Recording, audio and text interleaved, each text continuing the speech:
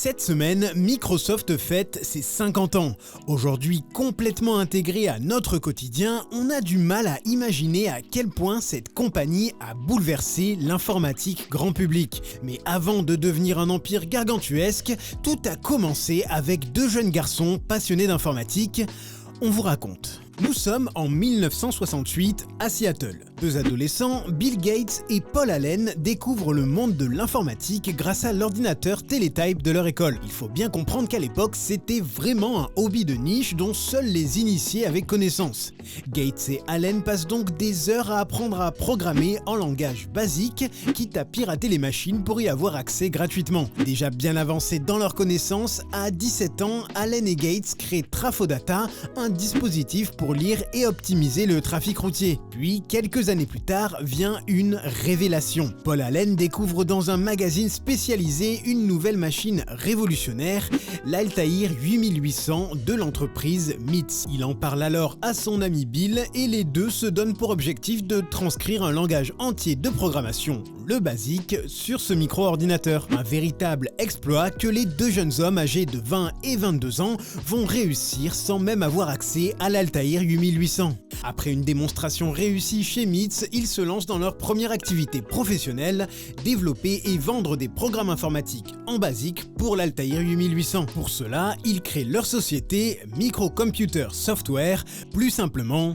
Microsoft. Dans les années 80, ils font grandir leur bébé à une vitesse exponentielle. Bill Gates recrute son ami Steve Ballmer qu'il a rencontré à Harvard et ce dernier est le premier employé de Microsoft à ne pas être ingénieur en informatique, mais son rôle est capital dans la structuration de la boîte et la négociation de contrats. Il va d'ailleurs aider Microsoft à décrocher un deal crucial avec IBM, qui est la plus grosse société informatique de l'époque. Cette dernière a besoin d'un système d'exploitation pour ses nouveaux micro-ordinateurs à destination du grand public, les personal computers ou PC. Microsoft sera donc chargé d'implémenter sur ces PC le système d'exploitation MS-DOS. Pour préciser au cas où, un système d'exploitation ou un OS, c'est un gros ensemble de programmes permettant de faire fonctionner et contrôler un appareil informatique.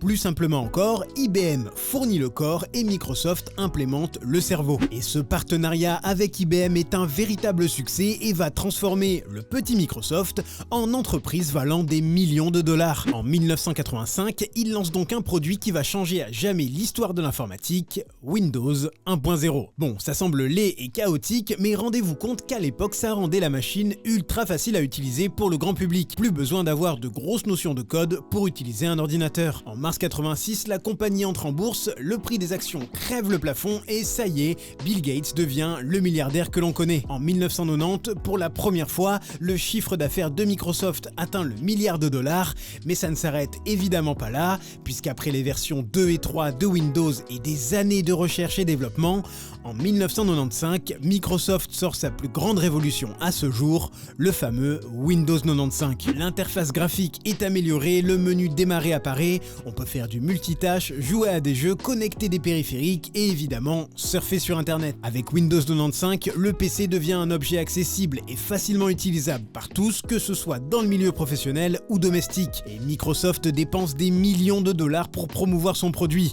Il organise un grand événement de lancement en août 1995 qui donnera à voir l'une des vidéos les plus cultes de l'histoire.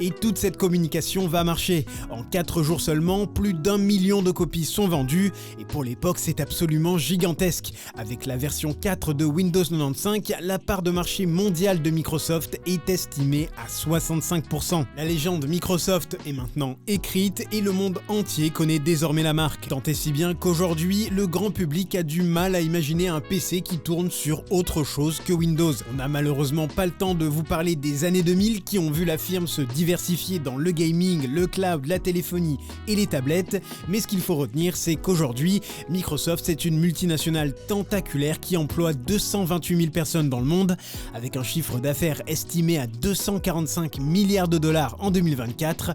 C'est tout bonnement l'une des 5 compagnies les plus rentables du monde. Et comme pour quasiment tous les acteurs de la tech, l'enjeu des prochaines années pour Microsoft, c'est l'intelligence artificielle, et avec un investissement de 80 milliards de dollars dans les prochaines années, la firme semble bien partie pour quelques nouvelles décennies d'innovation, mais avec cette fois-ci beaucoup plus de concurrence.